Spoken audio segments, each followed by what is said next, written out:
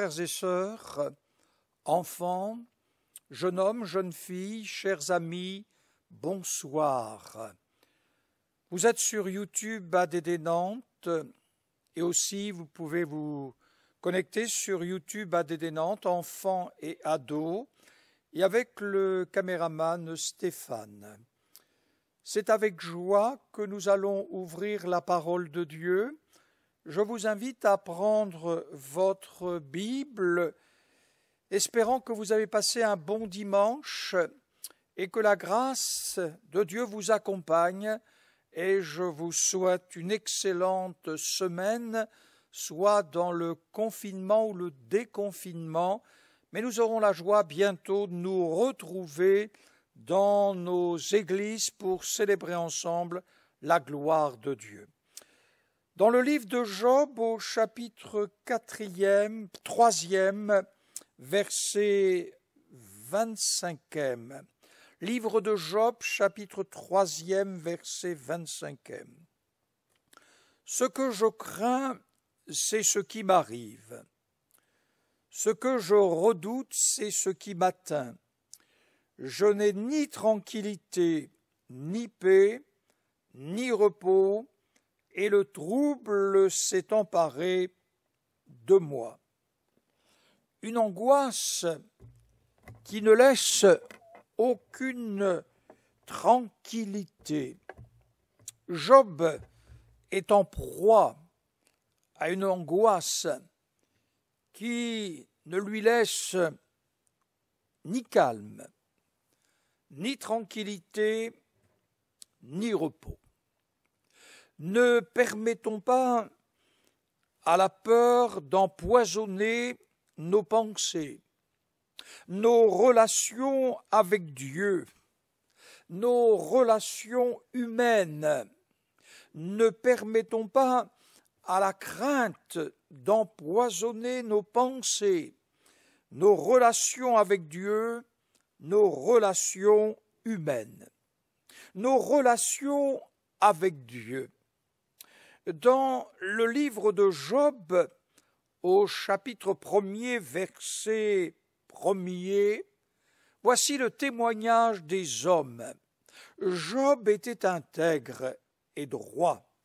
Il craignait Dieu et se détournait du mal.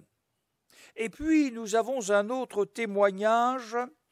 L'Éternel dit à Satan, « D'où viens-tu » Et Satan répondit à l'Éternel, « De parcourir la terre et de m'y promener. » Et l'Éternel dit à Satan, « As-tu remarqué mon serviteur Job ? Il n'y a personne comme lui sur la terre, c'est un homme intègre et droit, craignant Dieu et se détournant du mal. » Là, ce n'est plus le témoignage des hommes, mais c'est le témoignage de Dieu. Nos relations avec Dieu. C'est formidable ce que Dieu rend témoignage de Job et de ce que les hommes rendent témoignage de Dieu, des hommes. Nos relations avec Dieu. Dans la première épître de Jean, chapitre 3e, verset 18e, « N'aimons pas en parole et avec la langue, mais en action et avec vérité. Par là, nous connaîtrons que nous sommes de la vérité et nous rassurerons nos cœurs devant lui. » Rassurer notre cœur devant Dieu. Car si notre cœur nous condamne, Dieu est plus grand que notre cœur, et il connaît toutes choses. Bien-aimés, si notre cœur ne nous condamne pas, nous avons de l'assurance devant Dieu. Rassurer notre cœur devant Dieu et avoir de l'assurance devant Dieu. Oui, le cœur a besoin d'être tranquillisé, d'être rassuré, d'être dans l'assurance devant les hommes et aussi devant Dieu. Il se peut que les accusations de notre cœur soient réelles et parfois elles sont fausses, inspirées par l'accusateur des frères, l'accusateur de nos âmes.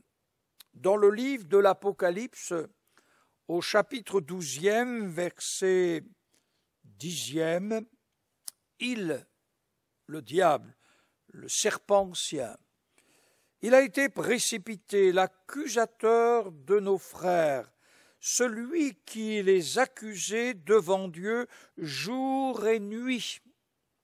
Voilà le travail de l'accusateur. Et la Bible dit, ils l'ont vaincu à cause du sang de l'agneau de Dieu, le sacrifice de Jésus à la croix. Ils l'ont vaincu à cause de la parole de leur témoignage. Oui, les accusations de notre cœur, parfois, peuvent être réelles. Dans le livre des Actes des Apôtres, au chapitre 5e, à partir du verset 1er jusqu'au verset 11e, un couple de chrétiens, dans la fraîcheur de l'Église primitive, de la Pentecôte, un homme nommé Ananias, avec Saphira sa femme, il vendit une propriété et retint une partie du prix. Sa femme le sachant, et puis la Bible nous montre que Ananias est venu seul devant l'apôtre Pierre et il déposa cette somme aux pieds des apôtres. C'était une offrande magnifique dans cette période où il y avait l'action de l'Esprit de Dieu et il y avait aussi ces hommes qui étaient restés et ces femmes en grand nombre le jour de la Pentecôte pour être enseignés. Donc c'était une offrande qui était agréable. Et Pierre, au lieu de se réjouir de cette offrande, lui dit, Ananias, pourquoi Satan a-t-il rempli ton cœur au point que tu mentes au Saint-Esprit et que tu aies retenu une partie du prix du champ? S'il n'eût pas été vendu, ne te restait-il pas? Et après qu'il a été vendu, le prix n'était-il pas à ta disposition? Eh oui, il n'était pas obligé de vendre ce qu'il a vendu, et s'il l'avait vendu, il pouvait en garder le fruit de son argent, et il pouvait en garder une partie. Mais Pierre, la question qu'il lui pose, eh bien, pourquoi Satan a-t-il rempli ton cœur au point que tu mentes au Saint-Esprit et que tu aies retenu une partie du prix du champ? Comment as-tu pu mettre en ton cœur un pareil dessein? Ce n'est pas à des hommes que tu as menti, mais à Dieu. On aurait pu penser qu'Ananias allait se mettre en colère contre Pierre et quitter l'Église et ne plus jamais revenir à l'Église. Oui. Mais Ananias, entendant ces paroles, tomba et expira. Quelle surprise! Les jeunes gens s'étant levés, l'enveloppèrent, l'emportèrent et l'ensevelirent. Quel désastre! Environ 3 heures après, sa femme arrive, sans savoir ce qui lui était arrivé. Elle ne sait pas qu'elle est veuve. Et Pierre lui adressa la parole. « Dis-moi, répondit-elle, c'est à ce prix-là que tu as vendu, que vous avez vendu ce champ. » Et Pierre lui dit, « Mais comment vous êtes-vous accordé pour tenter l'Esprit du Seigneur ?» Et au même instant, elle tomba aux pieds de l'apôtre, elle expira. Oui, ça nous surprend. Et les jeunes gens firent exactement la même chose que pour son époux, enveloppèrent le corps, l'emportèrent et l'ensevelirent. La Bible dit que la crainte de l'Éternel s'empara de l'Église et les hommes de l'extérieur aussi. Oui, nos relations avec le Seigneur. Nous avons besoin de découvrir, de redécouvrir une véritable relation avec Dieu, afin que notre intimité avec l'Esprit de Dieu et que nous renoncions dans notre marche chrétienne à tout ce qui n'est pas à la gloire et l'honneur de notre Seigneur. Dans notre nation, nous avons perdu les points de repère, où des hommes et des femmes ont leur point de repère à eux, et ce qui est bien dit c'est mal, et ce qui est mal dit c'est bien. Et nous aussi, chrétiens, nous avons besoin de lire et relire la parole de Dieu et de remettre les choses bien au point dans notre cœur afin de glorifier le Seigneur. Nos relations avec Dieu, nos relations humaines. C'est formidable. Dans le livre de Job, au chapitre 2,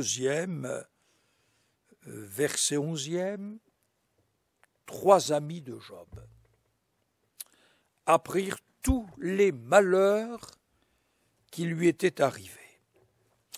Ils se concertèrent et partirent de chez eux pour aller le plaindre et le conseiller. Oui, à cette époque, il n'y avait ni bicyclette, ni vélomoteur, ni voiture, ni avion. Donc, la marche à pied. Et le but, c'était plaindre et consoler. Et arrivant et ayant de loin porté les regards sur lui, ils ne le reconnurent point. Ils élevèrent la voix et pleurèrent. Ils déchirèrent leurs manteaux, ils se jetèrent de la poussière en l'air au-dessus de leur tête. Et ils se tinrent assis à terre auprès de lui 7 jours et 7 nuits, sans lui dire une parole, car ils voyaient combien sa douleur était grande. On pourrait dire que c'était une veillée mortuaire. Mais ces hommes qui étaient venus pour le plaindre, pour le consoler, mais qui ne l'ont point reconnu. Oui, n'ont point reconnu. Je me souviens, un jour, nous avons appris qu'un pasteur très jeune venait d'être frappé d'une maladie. Et avec un de mes amis pasteurs, nous sommes allés le voir. Nous avons fait de la route, au pas à pied, mais en voiture. Et nous avons demandé à l'hôpital le numéro de la chambre, etc. Puis nous avons ouvert la porte, il y avait plusieurs personnes dans la chambre, malades. Et je dis à mon collègue, non, il n'est pas là. Et tout à coup, sa main se lève, dit, si, je suis là. Oui, la maladie avait marqué son visage et nous sommes allés près de lui. Nous ne l'avions point reconnu, après nous l'avons reconnu. La maladie est quelque chose qui nous change. Les sentiments changent. Mais ce qui est dommage, c'est qu'ils aient ouvert leur bouche. Ils n'ont pas saisi l'occasion, celle de rester dans le silence, venus le plaindre et le consoler. Et lorsque l'on lit le livre de Job, en réalité, ce ne sont que des accusations à l'égard de Job. Tu as dû faire de très grandes choses, tu as dû commettre des péchés, voilà, une vie de dissolution, et tout à coup, on est surpris de voir tout cela. Et celles et ceux qui rendaient un excellent témoignage de lui, c'était un notable. En réalité, les choses ont changé pour lui. Il n'est plus reconnu, il est méconnu, il est lexé, il est abandonné de tous. Et lorsque l'on lit cela, ça nous perce le cœur, ça nous fait mal, et on se dit, c'est impossible, comment les hommes peuvent changer lorsque l'épreuve est là. Oui, lorsque nous lisons tout le livre de Job, nous sommes bouleversés d'entendre cela. Et la Bible nous montre qu'à la fin de ce livre, dans cette grande tempête, Dieu va sortir, va parler. Il va sortir du silence. Oui, je le dis quelquefois, Dieu sort de son silence. Envers ceux et celles qui sont malades, soyons remplis de miséricorde. Un jour, un couple avait perdu 2 enfants, 2 bébés, maladie du sommeil. Les enfants s'endormaient, ne se réveillaient plus. Et ce couple était chrétien, et il l'est toujours. Et une femme est venue, une chrétienne, et a dit, mais vous avez dû commettre de grandes choses devant Dieu pour que vous soyez frappés. Le cœur de l'être humain a besoin vraiment de reconsidérer ses paroles devant Dieu pour ne pas mettre une souffrance encore à une autre souffrance. L'Éternel est celui qui entend toutes nos conversations. Il est sensible à notre conversation. Oui, ce matin, dans mon culte personnel avec Dieu, je disais, Seigneur, il y a 7 milliards de personnes. Des milliards et des milliards de prières vont s'élever vers toi. Et tu les as enregistrées toutes. Il enregistre toutes. Et tu exauces les unes et les autres en Jésus-Christ. Et d'autres sont auprès de toi, dans l'attente de la persévérance, et aussi, tu n'exauceras point parce que ce n'est point ta volonté. Oui, Dieu est celui qui sort de son silence. Il va demander à Job de l'instruire, de le conseiller. Et on est surpris de voir le langage de Dieu, de quoi il lui parle. Et encore à un autre moment, Dieu va sortir de son silence au milieu de cette tempête. Et on a la conclusion dans le chapitre 42e, où Job va reconnaître qu'il a parlé avec absurdité. Il va reconnaître qu'en réalité, il croyait savoir, il ne sait rien, mais il a une autre dimension de Dieu. Et c'est cela. Laissons parfois Dieu nous parler dans la tempête et de regarder que nous sommes poussière et que notre vie peut être retirée d'une minute à l'autre, mais c'est lui qui est le souverain de notre vie. Et le Seigneur va en réalité aussi dire à Job, tu vas prier pour les 3 amis.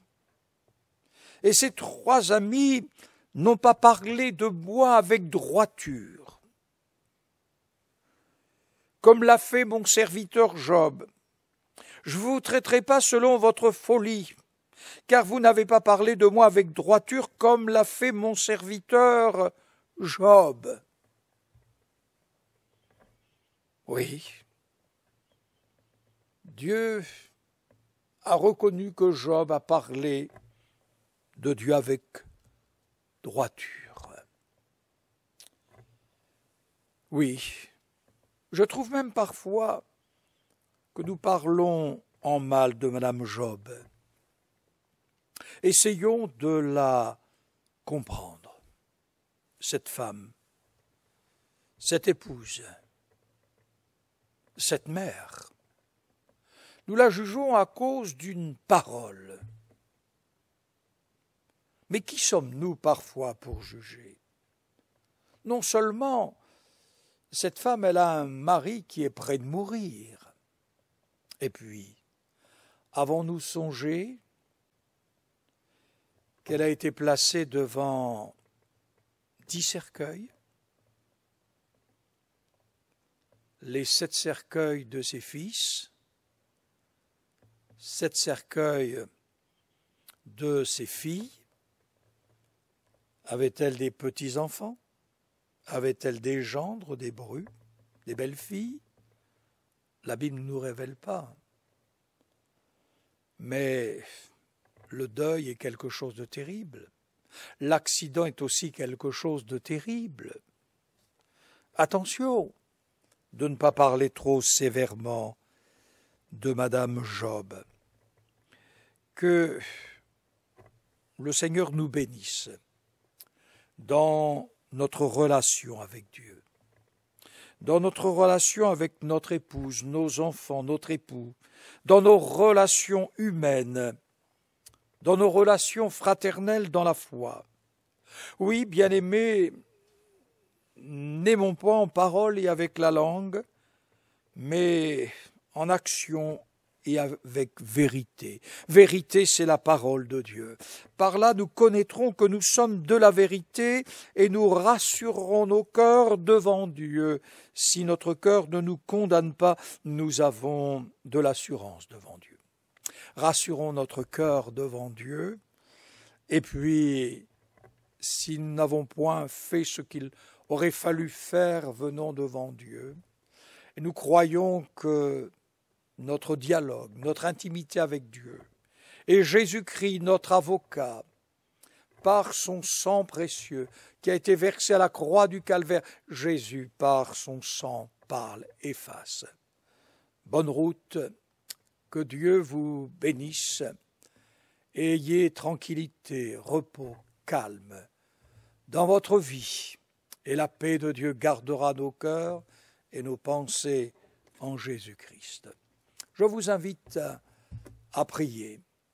Vous pouvez vous lever et nous allons demander la grâce et la bénédiction du Seigneur. Et ensuite, après la prière, nous chanterons libres de nos chaînes. Notre Père céleste, nous te rendons grâce et nous te remercions. Nous te bénissons pour ton amour et ta fidélité, parce que tu nous permets de rassurer notre cœur devant toi. Seigneur, merci parce que tu as triomphé sur l'accusateur de nos âmes. Merci parce que nous sommes devenus nouvelles créatures. Nous sommes devenus enfants de Dieu et nous aimons en action et en vérité parce que la vérité, elle habite notre cœur. Merci de mettre la paix, la grâce, la bénédiction de Dieu dans les vies. Merci pour le travail de ta parole. Merci pour le travail de l'Esprit de Dieu. Merci pour la communion fraternelle, pour nos relations avec toi. Rétablis tout ce qui a besoin d'être rétabli et aide-nous dans ce rétablissement dans nos relations. Sois avec toi, sois avec ta parole, sois avec notre prochain, sois dans notre vie, dans notre foyer. que ton nom soit glorifié. Nous pensons aussi au corps médical, nous pensons malades.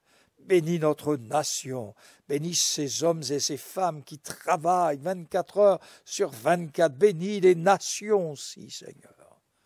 Que ton nom soit glorifié, adoré, à tout jamais. Amen.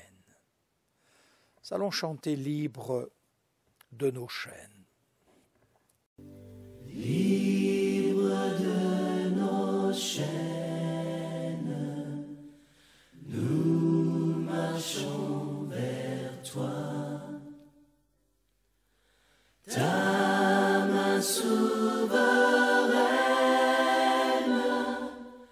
a fermé nos pas, armés de lumière, couronnés d'éclat. Soyons sur la terre, messagers de joie.